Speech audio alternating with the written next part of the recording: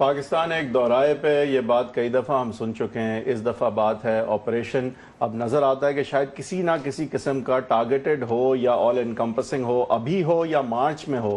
نظر یہ آ رہا ہے کہ کم سے کم کچھ ایسی کالعدم تنظیمیں ہیں اور کچھ ایسے جو ہے وہ شدت پسند ہیں جن کے خلاف اب شاید یوز آف فورس یعنی طاقت کا استعمال اب انیویٹیبل نظر آ رہا ہے. اور ہو سکتا ہے کہ مذاکرات پھر بھی باقی جو ایسے گروپس ہیں جو بات کرنے کو تیار ہیں یا پاکستان کی اسٹیٹ کو کم سے کم تسلیم کرتے ہیں اور ان کے گریوینسز ہیں، ہو سکتا ہے کہ ان سے پھر بھی کچھ بات چیت ہو سکے، جن کا کہ ایک رول شاید پاکستان کا اسٹیٹ آگے والے وقت میں جب امریکہ جانے کی کرتا ہے تو وہاں شاید ان کے ساتھ ایک لنک بنا کے افغانستان کے حوالے سے فورن پالیسی میں جن کو امپورٹنٹ سمجھتا ہے شاید ان کے ساتھ مذاکرات تو ہوں. لیکن نظر آ رہا ہے کہ اب آپریشن جس کا ہم بہت عرصے سے سن رہے ہیں شاید اب اور زیادہ سنیں.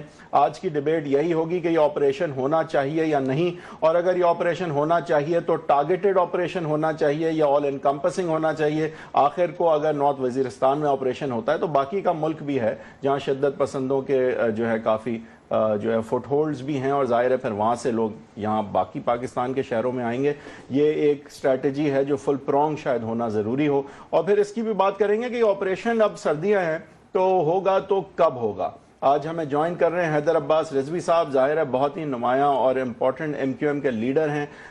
پہلے جو ہے نیشنل اسمبلی میں، پچھلی اسمبلی میں بہت امپورٹنٹ رول بھی پلے کرتے آئے ہیں. آج میڈیا سیل کے بھی ہیڈ ہیں. بہت شکریہ رضوی صاحب، آپ نے ہمیں جوائن کیا. اعجاز چودھری صاحب بھی ہمیں جوائن کر رہے ہیں جو پی ٹی آئی پنجاب کے صدر ہیں، اور ریسنٹلی جب دھرنے ہو رہے تھے اکراس پنجاب تو پی ٹی آئی کا ایک وفد گیا تھا جہاں پہ کہتے ہیں کہ کچھ صورتحال بگڑی اور احتجاج کرنے والوں نے پی ٹی آئی سے بھی احتجاج کیا ان کی پالیسیوں کے حوالے سے. اس پہ بھی ان سے پوچھیں گے. رضوی صاحب پہلے میں آپ سے پوچھوں گا آپ کا جواب اس پہ. تو شاید اگر میڈیا رپورٹس پچھلے کچھ عرصے کی دیکھیں شاید یہ ہو کہ آپریشن ہونا چاہیے.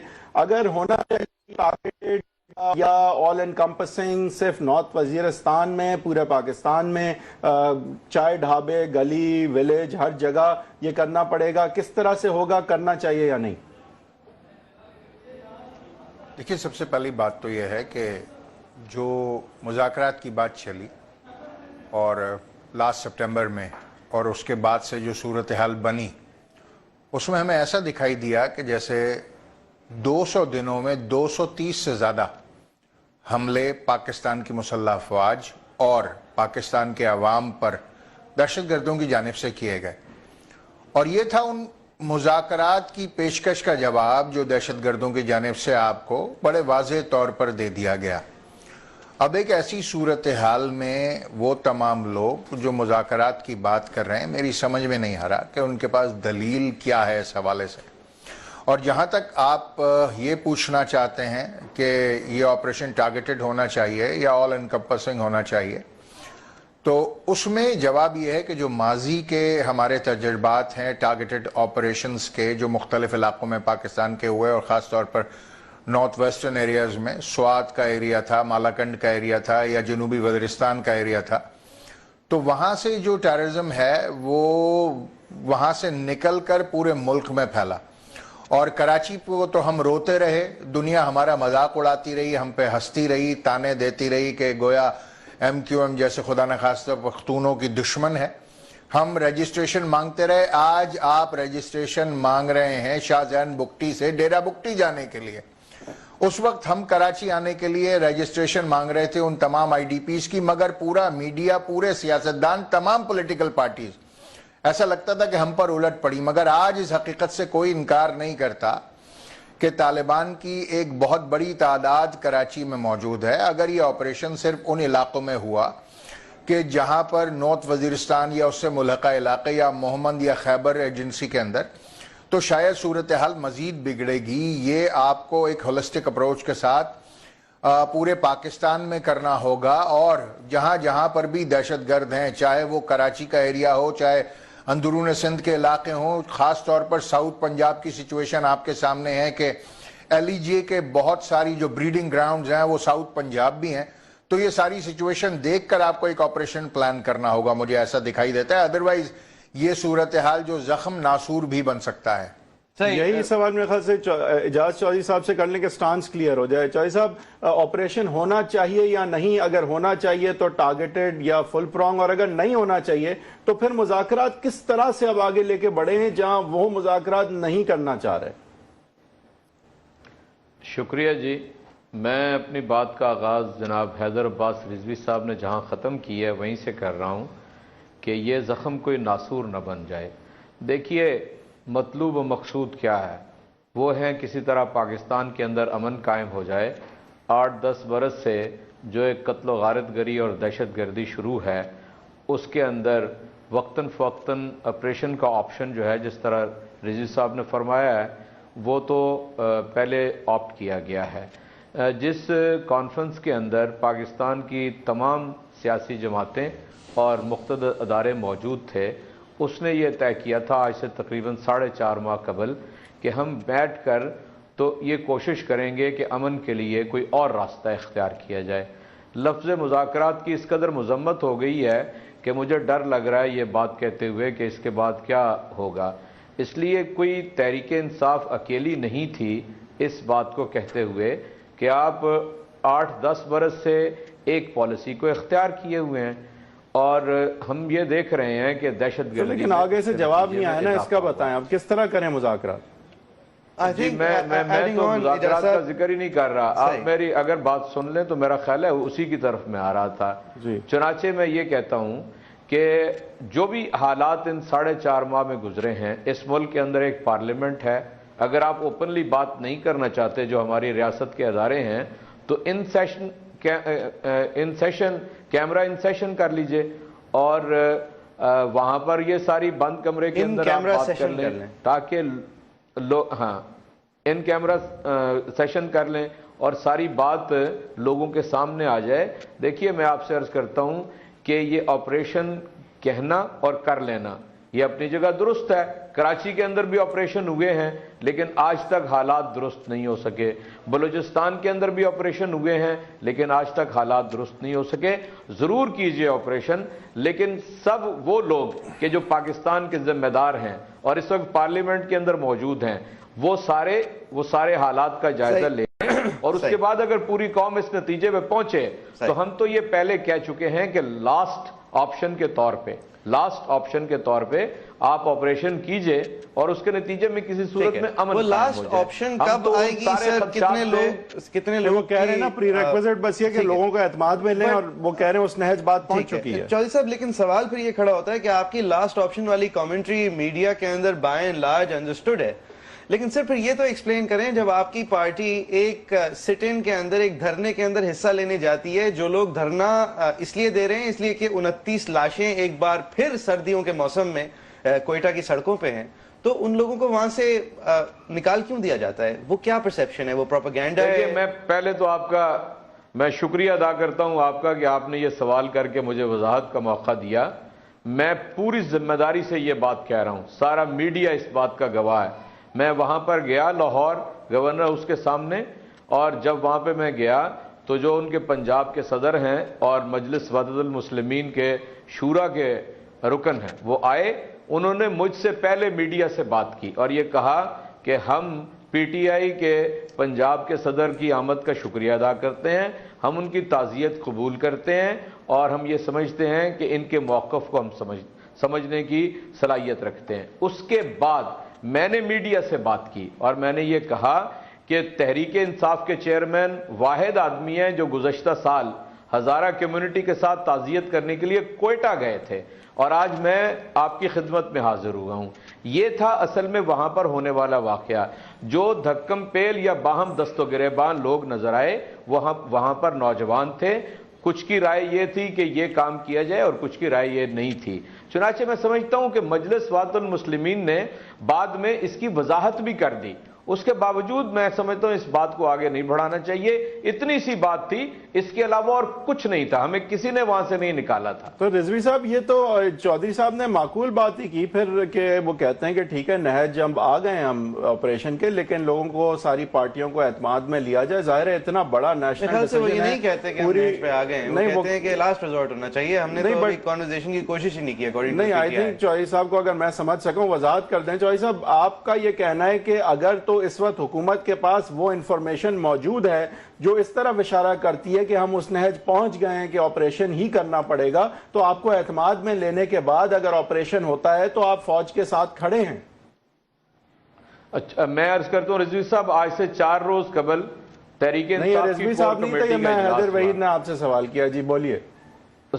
اچھا, معافی چاہتا ہوں. جی. اصل میں وہ یہاں پر بیٹھ کے اور آپ نظر تو آ نہیں رہے. میں معافی چاہتا ہوں. فرمائیے. میں عرض کرتا ہوں کہ جو آج سے 4 روز قبل کور کمیٹی کا اجلاس ہوا, اس میں بڑے واضح طور پہ ہم نے یہ کہا ایک تو یہ as a last resort operation کی طرف جانا ہے, اور دوسرا یہ بات واضح طور پہ کہی کہ وہ آپریشن جس کی پشت کے اوپر قوم کھڑی ہوئی نہ ہو وہ کاؤنٹر پروڈکٹیو بھی ہو سکتا ہے. یہ میں وضاحت تو سر قوم آپ یہ بتا دیں, آپ اس کے پیچھے کھڑے ہیں اس وقت. آپ کیونکہ حیدر وحید صاحب نے سوال کرتے ہوئے رضوی صاحب سے یہ کہا کہ اب اگر اس نہج پہنچ گئے ہیں تو آپریشن کے اندر اگر آپ کو اعتماد میں لے لیا جائے تو آپریشن کے اندر آپ ساتھ دیں گے. کیا یہ بات صحیح ہے سر, یا آپ ابھی بھی سمجھتے ہیں کہ مذاکرات کی گنجائش ہے, اس نہج پہ ہم نہیں پہنچے؟ دیکھیں, میں تو سمجھتا ہوں کہ 4.5 ماہ میں حکومت ناکام ہو گئی ہے.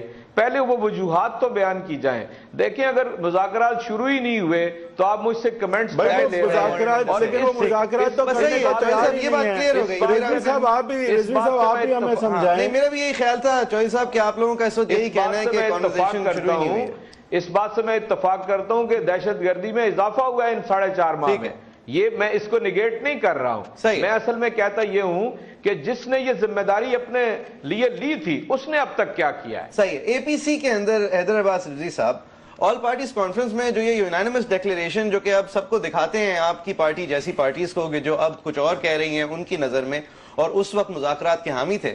سر اس وقت جب آپ سے اگر میں پوچھوں, you are senior leader of the party, آپ لوگوں کو کیا خیال تھا کہ یہ مذاکرات کا مطلب یہ ہے کہ جو اپنے بندوقیں چھوڑ دیں ان کو ہم معاف کرنے کو تیار ہیں, یا مطلب کوئی کانورسیشن ہو, کوئی لچک آئے؟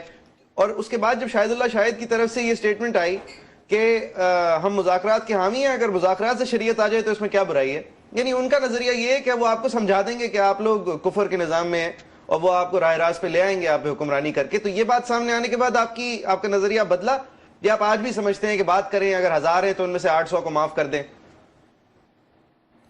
دیکھیے, میں صرف یہ عرض کروں گا انتہائی احترام کے ساتھ کہ ہمارے دوست چوہدری صاحب اور ان کی جماعت پی ٹی آئی کی جو آپریشن کے اوپر پوزیشن ہے وہ وہی پوزیشن ہے جو ہماری مذاکرات پر اس وقت تھی جب ہم دستخط کر رہے تھے. یعنی کہ بدل ناخواستہ یہ صورتحال ہم نے اس وقت اختیار کی تھی, اور جو ہماری گفتگو ہوئی تھی, چاہے وہ پاکستان کے جو مسلح افواج کے کمانڈر ان چیف اس وقت کے جنرل کیانی ہوں, جنرل ظہیر ہوں, یا چوہدری نثار صاحب ہوں, ان کے ساتھ ہم نے اپنے ریزرویشنز کھل کر بیان کیے تھے. اور جو اس کا ماڈس اپرنڈائی تھا وہ اس وقت بھی ہماری سمجھ میں نہیں آ رہا تھا, واضح نہیں تھا کہ یہ کس طریقے سے کن لوگوں کے ساتھ مذاکرات ہوں گے. اس ڈاکیومنٹ کو سائن کرنے سے پہلے ہمیں باقاعدہ ایک بریفنگ دی گئی تھی جس میں مختلف گروپس کے بارے میں بتایا گیا تھا کہ 62 کے قریب گروپس ہیں. کچھ جو ہیں وہ بات چیت کرنے کے لیے تیار ہونے کا احتمال ہے کہ شاید وہ تیار ہو جائیں, کچھ کے بارے میں یہ خیال تھا کہ وہ قطعاً بات چیت کی طرف راضی نہیں ہوں گے. تو جن سے بات کی چیت کی جا سکتی ہے ان سے کی جائے گی, جن سے نہیں کی جاتی ان کے لیے پھر دوبارہ میٹنگ بلائی جائے گی. تو یہ تمام جو تفصیلات تھیں اس میٹنگ کے اندر کی تھیں, اور وہاں پر میرے خیال سے ہمارے پی ٹی آئی کے ہی دوستوں نے سب سے زیادہ جو ایڈوانس پوزیشن لے کر یا اسپیئر ہیڈ کیا تھا اس آئیڈیا کو کہ گیو پیس اے چانس. مگر آج 4.5 ماہ بعد قوم نے دیکھا کہ وہ پیس اے چانس والی جو بات تھی اب وہ پیسز میں تبدیل ہو گئی ہے, اور چاہے وہ پیسز پاکستان آرمی کے جوانوں کے ہوں چاہے وہ پاکستان کے عوام کے ہوں. تو یہ صورتحال انتہائی تکلیف دہ ہے, اور ظاہر ہے کہ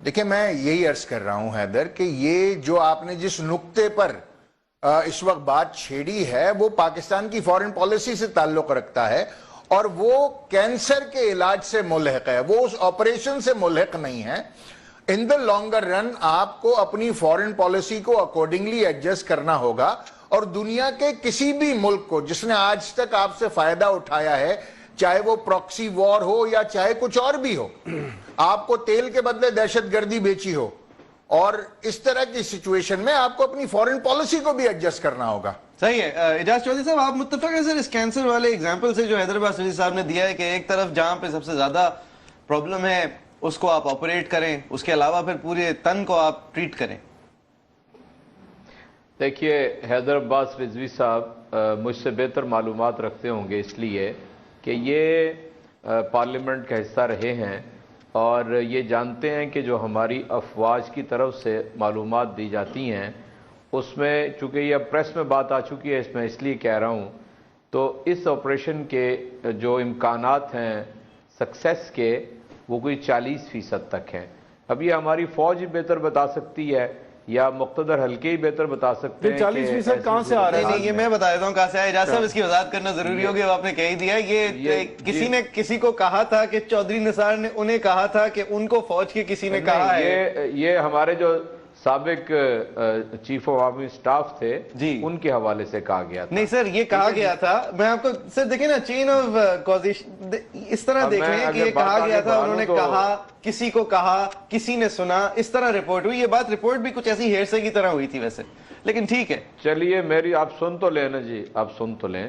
دوسری بات یہ ہے کہ جس آپریشن کی ہم بات کرتے ہیں وہ آپریشن جس طرح ذکر بھی ہوا ہے کہ مالاکنڈ اور سوات میں بھی ہوا ہے اور اس کے نتائج بھی ہمارے سامنے ہیں. آج تک وہ فوج وہاں پر ہی موجود ہے, فوج وہاں سے نکل نہیں سکی, لیکن امن تو آیا ہے اور سول ایڈمنسٹریشن کی طرف نہیں آ سکی ہے. اصل میں آپ سے عرض کرتا ہوں کہ یہ جو جس مذہبی جنونیت کا ذکر ہو رہا ہے نا جی, یہ اصل میں پاکستان میں درائی ہے مارشل لاؤں کے راستے سے. اور جب پاکستان تو ایک جمہوری پروسیس کے ذریعے بنا تھا, اور میں پوری ذمہ داری سے کہتا ہوں کہ ووٹ کے نتیجے میں قائم ہوا تھا, اور جب یہاں پر آ کے مارشل لاء لگے تو ان ادوار کے اندر اپنے اقتدار کو طول دینے کے لیے لوگوں نے طرح طرح کے طریقے اختیار کیے, اس کے نتیجے میں یہ ہوا. لیکن جب بھی ووٹ پڑا ہے یہ سارے لوگ مارجنلائز ہو گئے ہیں. ضرورت دوسری طرف اس پروسیس کو جاری رکھنے کی ہے پچھلے 5.5 سال میں تو مارجنلائز نہیں نظر آ رہے, جمہوریت آ چکی ہے. پورٹرے کرے جی سر, پچھلے 5.5 سال میں تو ان کی قوت بڑی ہے, حالانکہ جمہوریت آ چکی ہے. میں آپ کی اس بات سے ویسے متفق ہوں کہ ضیاء صاحب کے زمانے میں جس طرح یہ شروع ہوا. سوال ہے کہ کیا واقعتاً جمہوریت آ چکی ہے, یعنی یہی اصل میں سوال ہے نا. اگر ملک کے اوپر امریکہ کی پوری چھاپ ہو اور پالیسیز اس کے مطابق چلائیں اور پولیٹیکل پارٹیز الیکشنوں میں اپنی کی ہوئی بات سے پھر جائیں, اور پھر جو پوری پارٹیوں کی اکٹھی ایک اے پی سی ہو اس کے اوپر کوئی عمل درآمد نہ ہو. نہیں, دوسری طرف سے نہیں, یہ ذرا واضح کریں کہ امریکہ کی کون سی چھاپ ہے ہمارے اوپر جو آپ سمجھتے ہیں آپ کے خیال میں غلط پالیسی ہے؟ کون سی امریکن چھاپ سر؟